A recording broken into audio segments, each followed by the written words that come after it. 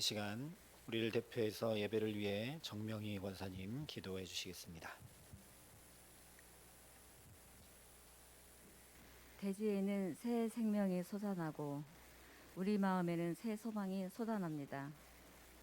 사랑과 은혜가 풍성하신 하나님, 3일 밤도 기도의 자리로 인도하여 주시고 예수 그리스도의 십자가 고난을 기억하게 하시며 묵상하게 하시니 감사드립니다.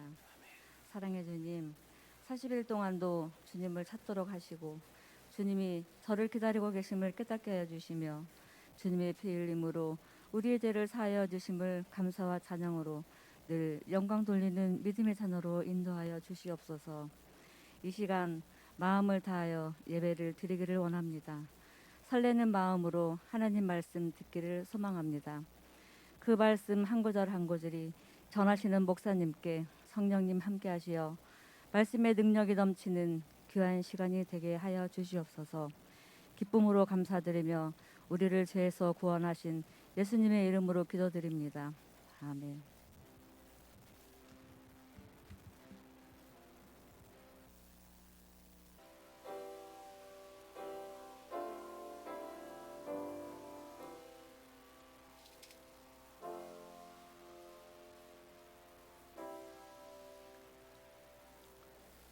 오늘 우리에게 주시는 하나님 말씀은 마태복음 9장 18절부터 26절까지 말씀입니다. 마태복음 9장 18절부터 26절까지의 말씀, 신약성경 13면에 있는 말씀입니다.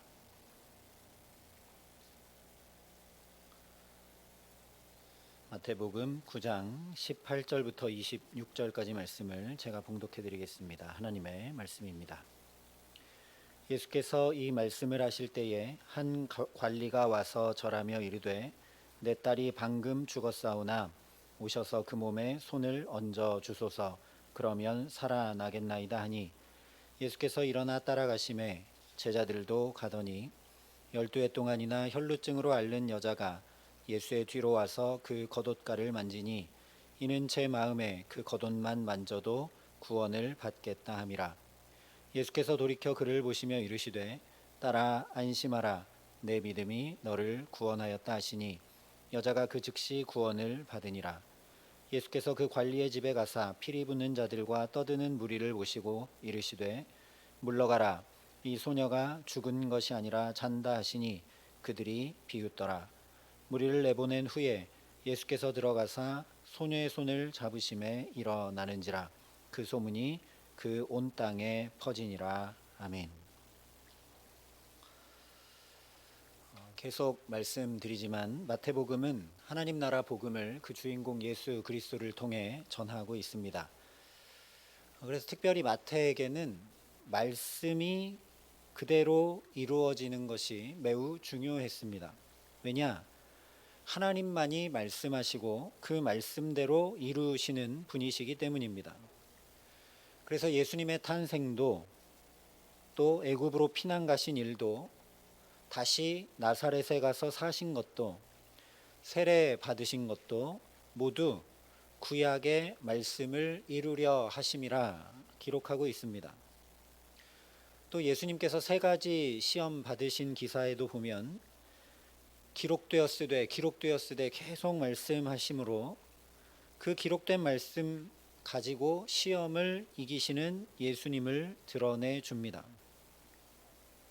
또한 산상수훈의 말씀으로 하나님 나라의 복음을 먼저 선포하고 그 말씀대로 임하는 하나님 나라가 이런 것이다 라고 치유와 기적의 사건들을 보여줍니다. 그래서 바로 예수님께서 말씀하고 이루시는 메시아이시다라는 것을 계속 증명하고 나타내고 드러내고 보여주므로 우리를 죄에서 구원할 분 오직 예수 그리스도시다 라는 그 복음을 마태가 계속 전하고 있는 것입니다. 그래서 다른 복음서를 보면 12해 동안 혈루병을 앓던 이 여인이 예수님의 옷자락에 손을 댄 순간 병이 나았다라고 다른 복음서들은 전해주는데 유독 마태만은 예수님께서 말씀하실 때 이 여인이 구원받았다라고 전합니다. 22절에 예수께서 돌이켜 그를 보시며 이르시되 딸아 안심하라 내 믿음이 너를 구원하였다 하시니 여자가 그 즉시 구원을 받으니라 이렇게 말씀하죠. 그냥 병이 나은 정도가 아니라 그의 온 삶이 구원받았다. 언제 그랬냐? 예수님이 말씀하실 때 그랬다. 이렇게 전해주고 있습니다. 우리 삶 역시 마찬가지입니다. 천지를 창조하셨던 그 말씀, 혼돈과 공허와 흑암 가운데서 그 말씀대로 창조하셔서 아름다움과 충만과 질서를 주셨습니다. 오늘도 우리에게 새 날을 또 새 달을 환히 열어주신 그 주님께서 내게 어떤 말씀을 하시고 그 말씀을 내 삶 속에 어떻게 이루어 가실까 기대하고 소망하는 이 새로운 한 달을 주님과 함께 동행하게 하시기를 예수님의 이름으로 축원합니다. 오늘도 18절에 예수님께서 이 말씀을 하실 때에 라고 시작을 합니다. 이 말씀이라고 한 것은 지난주에도 나눴지만 마태의 집에서 세리와 죄인들과 함께 식사하신 동안 하셨던 말씀입니다. 특별히 새 신랑, 생배 조각, 새 포도주와 새 부대에 대해 말씀하셨던 대로 하나님 나라는 우리가 새 마음과 새 정신과 새 영과 새 뜻을 가질 때 우리에게 임해온다라는 말씀이죠. 그것이 조건이 아니라 하나님의 나라가 이미 임해오지만 우리가 새 마음과 새 정신과 새 뜻과 새 마음으로 새롭게 되지 않으면 임해오는 하나님 나라를 받고 누릴 수 없다라는 말씀입니다. 이 말씀 그대로 어떻게 예수님을 통해 하나님 나라가 임해오는가 보여주고 있는 사건이 오늘 말씀입니다. 오늘 한 관리가 와서 자기 딸을 살려달라고 간청을 하죠. 다른 복음서들을 통해 알 수 있는 것처럼 이 관리는 회당장 야이로입니다. 이 당시 회당장이라는 것은 말 그대로 한 지역의 회당을 책임지는 사람이었습니다. 그러니 유대인 중에 유대인이 아니고는 맡을 수 없는 직책이었죠. 그런데 율법을 철저히 지키고 또 율법을 책임지고 가르치는 회당장이 세리와 죄인들과 함께 먹고 마시고 정해진 금식도 하지 않는 예수님 앞에 달려 나올 뿐 아니라 엎드려 절까지 하면서 간청하고 있습니다. 이미 기존의 습관, 선입관, 가치관 이런 것들을 문제 삼지 않는, 또한 자기의 회당장이라는 직책이나 명예나 자존심이나 사회적 지위 이런 것들과 상관없이 하나님 나라를 구하는 새 마음과 새 뜻과 새 정신이 지금 예수님 앞에 달려나와 엎드린 이 회당장 야이로의 행동에서 드러나고 있다라는 것이죠. 물론 우리가 볼 때는 죽은 외동딸 살려달라는 아버지의 지푸라기라도 잡는 듯한 간절하고 애틋한 간청일 수 있습니다. 하지만 마가복음에 보면 분명하게 이렇게 간청합니다. 간곡히 구하여 이르되 내 어린 딸이 죽게 되었사오니 오셔서 그 위에 손을 얹으사 그로 구원을 받아 살게 하소서. 회당장 야이로가 분명하게 딸의 구원을 요청하고 있음을 보게 됩니다. 율법을 철저히 준수하는 유대인 중에 유대인인 회당장이었으나 율법의 준수만으로는 할 수 없음을 더 잘 알았기 때문에 바리새인이나 서기관과 다른 권위 있는 말씀을 전하신 예수님 앞에 나와 엎드리고 있다라는 것이죠. 예수님께서 이 간청을 들으시고 회당장 야이로의 집으로 가십니다.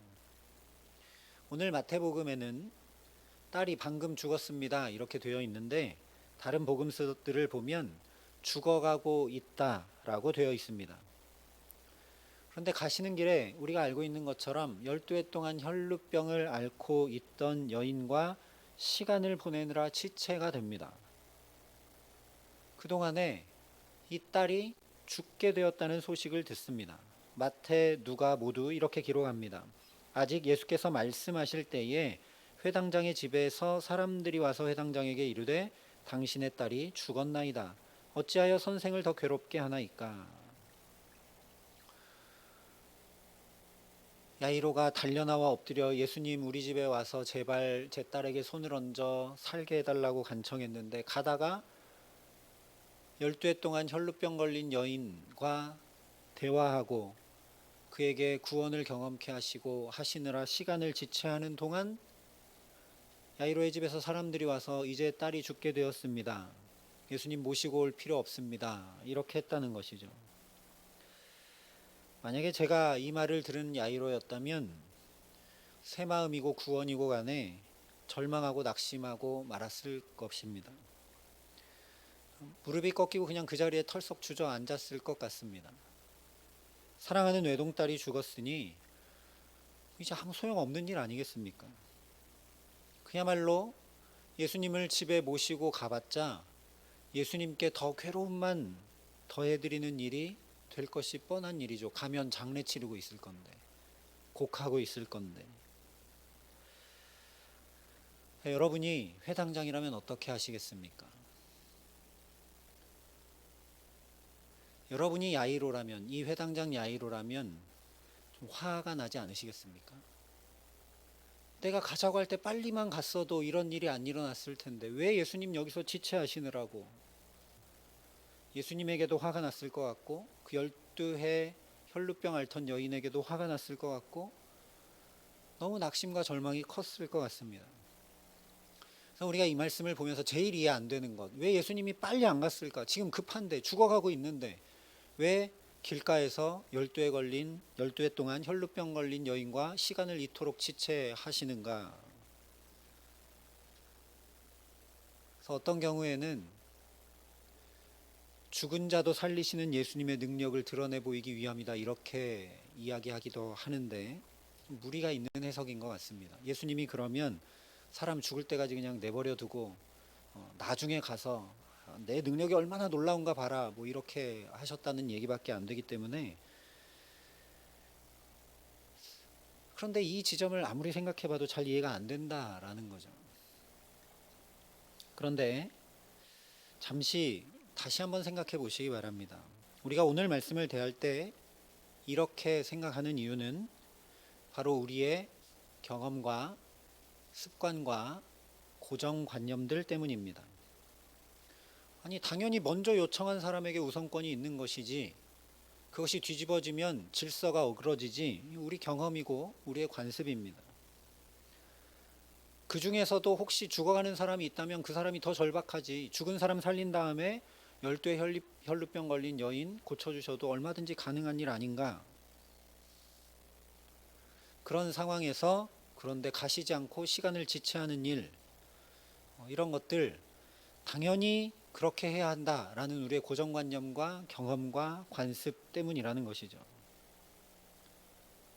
이해가 되지 않는 이 지점에서 한 걸음 뒤로 물러서서 예수님이 누구신가 우리가 생각해 봐야 합니다.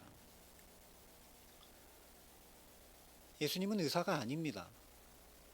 예수님은 병 고쳐주시려고 이 땅에 우리와 똑같은 모습을 입고 우리를 찾아오신 분이 전혀 아니시죠. 어떤 문제가 있을 때 그거 해결해 주러 오신 분이 아니라는 겁니다. 예수님은 오직 믿음으로 구원을 얻게 하시기 위해 우리에게 오신 분임을 잊지 않아야 합니다. 오늘 말씀이 이것을 아주 잘 보여주고 있습니다. 야이로의 고정관념이 어떤 것이었는지 18절 말씀에 나와 있죠. 예수께서 이 말씀을 하실 때 한 관리가 와서 절하며 이르되 내 딸이 방금 죽었사오나 오셔서 그 몸에 손을 얹어 주소서 그러면 살아나겠나이다. 의사처럼 예수님을 자기 집으로 모시고 가야 된다라는 고정관념, 그리고 예수님께서 직접 자기 딸에게 손을 얹어 병이 낫게 하고 살게 해야 된다라는 것이 야이로의 경험이었고 관습이었고 당연한 아버지로서의 반응이었습니다. 그래서 물론 야이로처럼 예수님을 모시고 집까지 가서 딸에게 손을 얹게 할 수도 있지만 지금 이 혈루병 걸린 여인처럼 예수님의 옷자락만 살짝 만질 수도 있다라는 이야기죠. 무슨 얘기냐? 믿음은 고정관념을 깨는 것이라는 말씀입니다. 주님은 우리 생각보다 훨씬 크신 분입니다. 그런데도 우리는 언제나 내 생각의 크기만큼, 내 경험의 크기만큼 하나님을 제한하고 가둘 때가 너무나 많다라는 것이죠. 바로 이것 때문에 어쩌면 없어도 굳이 상관없어 보이는 이 12해 동안 혈루병으로 고생했던 한 여인의 이야기가 20절부터 22절까지 거의 오늘 말씀의 반이나 차지하면서 중간에 끼어 들어가 있는 겁니다. 그냥 이 이야기만 끼어 들어가 있는 것이 아니라 실제로 예수님이 길을 가다 멈추셨고 시간을 지체하셨죠. 그래서 예수님께서 이미 17절에 새 포도주를 낡은 가죽 부대에 넣지 아니하나니 그렇게 하면 부대가 터져 포도주도 쏟아지고 부대도 버리게 됨이라. 새 포도주는 새 부대에 넣어야 둘이 보존되느니라 말씀하셨던 겁니다. 야이로도 회당장으로서 자신이 그 누구보다 잘 알고 있던 율법이 아닌 예수님을 통해 임해오는 구원과 하나님 나라를 새롭게 받아들여야 한다라는 것이죠. 야이로는 지금 예수님을 모시고 자기 집으로 가는 도중에 12해 동안 혈루병 걸린 여인이 예수님 옷자락만 만져서 나을 뿐 아니라 구원받는 것을 보고 예수님 우리 집에 오실 필요가 없구나. 내 경험이나 내 고정관념대로 예수님께서 행하셔야 그 능력이 나타나고 하나님의 구원이 역사해서 딸이 낫고 살아나게 되는 것이 아니구나 하는 것을 알았어야 한다라는 거죠.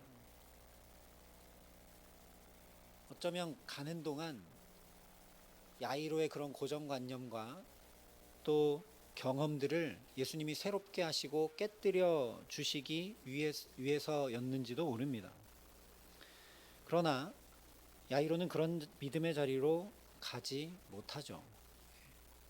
우리도 그럴 수밖에 없을 겁니다. 딸이 죽었는데, 즉 우리의 상황과 환경과 우리가 살아가는 현실이 우리로 세수를 새 부대에 담지 못하게 할 때가 너무너무 많다라는 겁니다. 그때 누가복음을 보면 예수님께서 야이로에게 이렇게 말씀하십니다. 예수께서 들으시고 이르시되 두려워하지 말고 믿기만 하라. 그리하면 딸이 구원을 얻으리라. 두려워하다, 예수님이 말씀하신 원문의 뜻은 경악하다입니다. 야이로가 딸이 죽었다는 소식을 듣고 경악했나 봅니다. 그런데 예수님께서 이 단어를 사용하셔서 야이로야 두려워하지 말아라.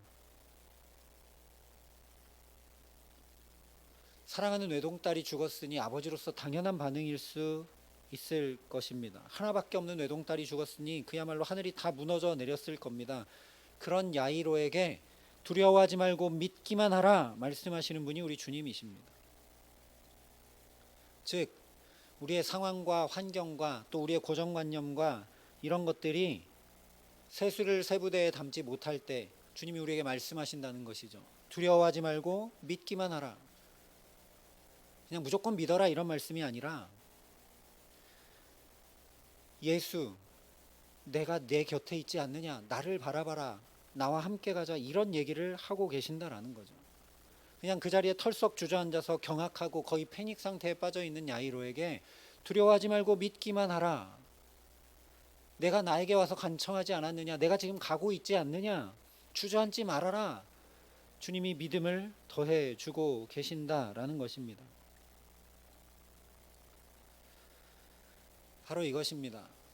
야이로는 지금 주저앉았는지 모르지만 내가 갖고 있던 관습, 경험, 논리, 염치 모두 내려놓고 새 마음과 새 정신과 새 뜻을 소망함으로 주님 앞에 나와 엎드리기만 하면, 그것 외에 야이로가 한 게 없습니다.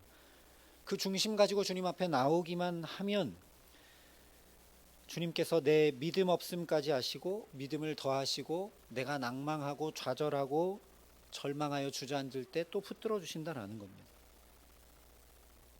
내가 새로워질 수 없는 존재라는 걸 아시고 내가 약한 것을 너무나도 잘 아시고 주님이 친히 먼저 말씀하시며 나를 일으키시고 붙드셔서 다시 새롭게 하신다라는 것이죠.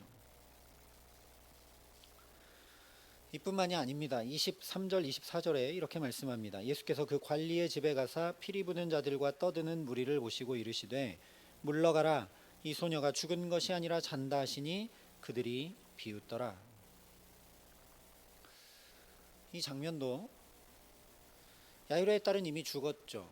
그래서 지금 피리 부는 자들도 와 있고 곡하는 자들도 와 있고 장례를 치르는 중입니다.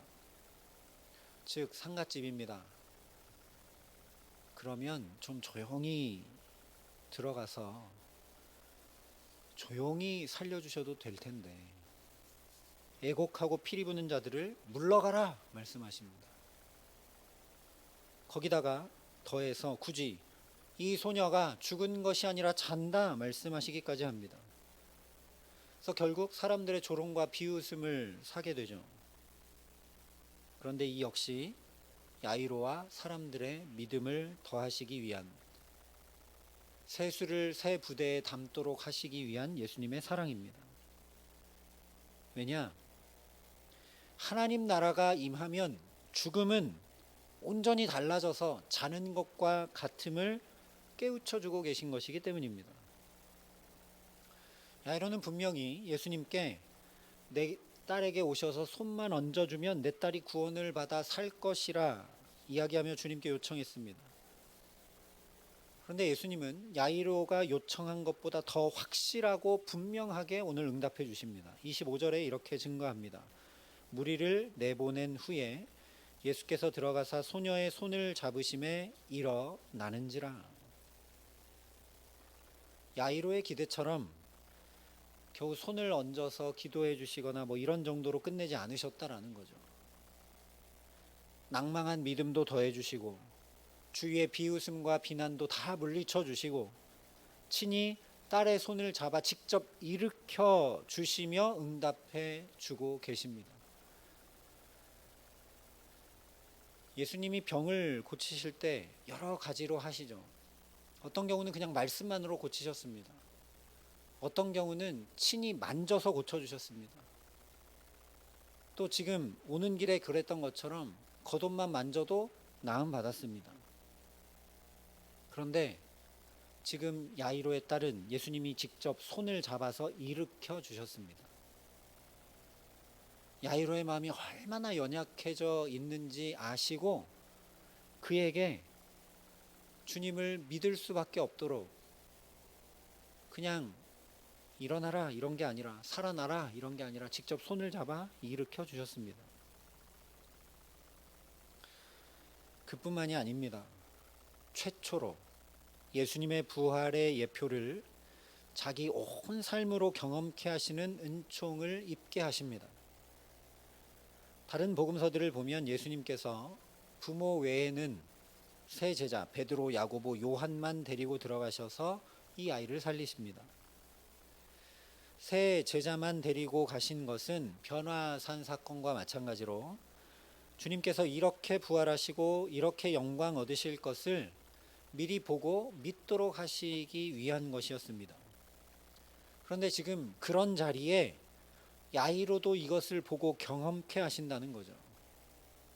그냥 야이로와 그 어머니만 데리고 들어가 살려내신 것이 아니라 세 제자를 데리고 들어갔다라는 것, 예수님이 그렇게 죽었다가 다시 살아날 것을 미리 보고 믿게 하시기 위한 그 자리에 야이로가 그것을 직접 보고 경험케 하셨다라는 겁니다. 다른 사람도 아니고 내 딸이 살아나는 것을 통해 보고 믿게 하시고 경험케 하시고 누리게 하셨다라는 거죠. 즉 야이로가 구했던 것과는 비할 수 없을 만큼 큰 것으로 온전한 것으로 응답하셨다라는 말씀입니다. 우리 주님이 이런 분이십니다. 오늘 우리가 중요한 것 한 가지 이것을 잊지 않아야 합니다. 요한복음에서 혼인잔치집에 포도주가 떨어졌을 때 거기 예수님이 안 계셨다면 어떻게 되었을까요? 마리아가 가서 예수님께 포도주가 떨어졌습니다 얘기하고 싶어도 얘기할 수가 없었겠죠. 그렇기 때문에 요한복음의 그 혼인잔치집의 가장 중요한 것은 그 혼인잔치가 열리는 집의 혼주가 예수님을 그 자리에 초청했다는 사실이 가장 중요합니다. 오늘 사건도 마찬가지라는 거죠. 야이로가 예수님을 찾아가 간청하지 않았다면, 우리 집에 좀 와주시라고 얘기하지 않았다면 도저히 일어날 수도 없고 경험할 수도 없는 일입니다. 단 하나, 바로 내가 중심으로 하나님 나라를 구하고 중심으로 새롭게 되기를 간구할 때, 예수님을 자꾸만 내 삶에 모셔드리고 주님과 동행하려고 할 때 그렇게 된다라는 겁니다. 다시 말하면 내 뜻과 내 생각과 내 계획과 내 의지를 내려놓고, 나의 사회적 지위와 내 경험과 내 뜻을, 이런 것들을 다 내려놓고 오직 예수 한 분 붙들고 나갈 때 하나님 나라가 내 삶에 정말 환히 열려간다라는 겁니다. 마태가 계속해서 전하고 있는 복음이 바로 이것입니다. 예수님만 구원자시다. 예수가 바로 그리스도이시고 예수가 구약에 예언한 메시아시고 그분 한 분만 우리를 구원하실 수 있으니 그 예수를 믿고 의지하고 붙들고 나아가라는 거죠. 그럴 때 내 삶을 온전히 새롭게 하시고 내 삶에 하나님 나라가 이루어지게 하시고 기대하고 생각할 수조차 없는 놀라운 은혜와 사랑을 경험케 하신다라는 겁니다. 바로 이 예수님께서 우리 생각과 전혀 다른 저 십자가의 놀라운 사랑으로 우리를 온전히 새롭게 하셔서 이렇게 예수 믿는 하나님 나라 백성을 삼아 주셨습니다. 지금 보내고 있는 사순절이 바로 그 은혜를 누리는 기간이죠. 아, 주님은 내 생각과 달리 놀라운 구원을 우리에게 주시는 분이구나. 그래서 이사야 선지자를 통해 분명하게 말씀하셨습니다. 이는 내 생각이 너희 생각과 다르며 내 길은 너희의 길과 다름이니라. 여호와의 말씀이니라. 이는 하늘이 땅보다 높음같이 내 길은 너희의 길보다 높으며 내 생각은 너희의 생각보다 높으니라. 또 사도 바울을 통해 이렇게 말씀하셨습니다. 그런즉 누구든지 그리스도 안에 있으면 새로운 피조물이라. 이전 것은 지나갔으니 보라 새 것이 되었도다. 우리 눈에는 진흙 덩어리로밖에 보이지 않지만 도공의 눈에는 너무나 아름다운 도자기입니다. 우리 눈에는 하찮은 돌덩어리로밖에 안 보이지만 조각가의 눈에는 훌륭한 조각상인 것과 마찬가지라는 겁니다. 도공의 능력, 조각가의 능력만 가져도 이 정도이니 예수님 안에 있으면 우리가 온전히 새로워질 수밖에 없다라는 것이죠. 그래서 우리 눈에는 죽은 것으로 보이지만 주님 보실 때는 자는 것과 같습니다. 내가 볼 때는 완전히 끝난 것으로 보이지만 예수님 보실 때는 아무것도 끝나지 않았습니다. 우리 경험상으로는 절망뿐이지만 예수님께는 충만한 소망입니다. 우리 생각에는 비웃음과 조롱거리밖에 되지 않지만 예수님 보실 때는 하나님의 영광이 충만히 드러날 뿐이라는 겁니다. 그러니 이 주님과 동행하고 이 주님과 함께하고 이 주님 붙들라라는 말씀입니다. 나도 야이로처럼 주님의 새 신부로 하나님 나라의 새 사람으로 살아갈 자격도 능력도 의지도 없음을 너무도 잘 아시는 주님께서 그렇게 살아보려고 야이로처럼 주님 붙들기도 하지만 또 금세 낭망하고 길 가다가 주저앉고 어떤 사건을 만나면 경악하게 되고 하는 것을 너무나도 잘 아시는 주님께서 오늘도 저와 여러분을 여기 또 부르셨습니다. 두려워하지 말고 믿기만 하라. 오늘 야이로에게 말씀하시고 이루셨듯이 이 시간 성령께서 우리 마음을 또 새롭게 하시고 새 영을 부으심으로 저와 여러분의 삶을 새롭게 하시고 믿음 더해 주시기를 간절히 소망합니다. 그래서 우리가 간구한 것과 비교할 수 없는 나에게 가장 합당하고 좋은 것들로 주께서 친히 응답해 주시고 주의 구원을 경험하고 누리게 하시는 귀한 은총 주시기를 우리 구주 예수 그리스도의 이름으로 간절히 축원합니다. 함께 기도하겠습니다. 이 시간 기도할 때 간절한 마음으로 주님을 바라고 소망하기 원한다고 간구하기를 원합니다. 하나님, 야이로처럼 달려가 엎드리는 그 중심과 심령이 우리에게 있게 하여 달라고. 하나님, 내게 이런 문제도 있고 이런 아픔도 있고 이런 어려운 상황도 있는데 내가 달려가 주님께 엎드리지 못하고 있음을 주님 긍휼히 여겨달라고 주님께 먼저 구할 수 있기를 소망합니다. 하나님, 우리에게 믿음 없음을 아시고 우리가 연약함을 아시고 오늘 또 이 말씀을 들려주시며 우리를 깨우치시고 새롭게 하시니 내가 먼저 달려가 주님 앞에 엎드리고 주님을 초청하고 환영하고 주님을 붙들고 따라갈 수 있도록 내게 믿음을 더해달라고. 그럴 때 주님께서 내게 가장 합당한 것, 내게 가장 선한 것, 내게 가장 온전한 것, 내가 기대하지도 않고 소망하지도 못했던 것까지도 충만히 채워주시고 응답해 주시는 그 주님의 사랑과 은혜와 그 온전한 하나님 나라를 가정과 일터와 자녀들과 모든 삶에 경험하고 누릴 수 있도록 나를 붙들어 달라고, 나를 이끌어 달라고, 내게 믿음 더하여 달라고 이 시간 우리 간절한 마음으로 주님 앞에 기도하며 나아가겠습니다. 함께 기도하시겠습니다.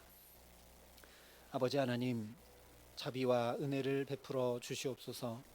하나님, 우리의 믿음 없음을 아시고 주께서 우리 가운데 하나님 말씀하시고 또 깨우치시고 역사하시니 감사합니다.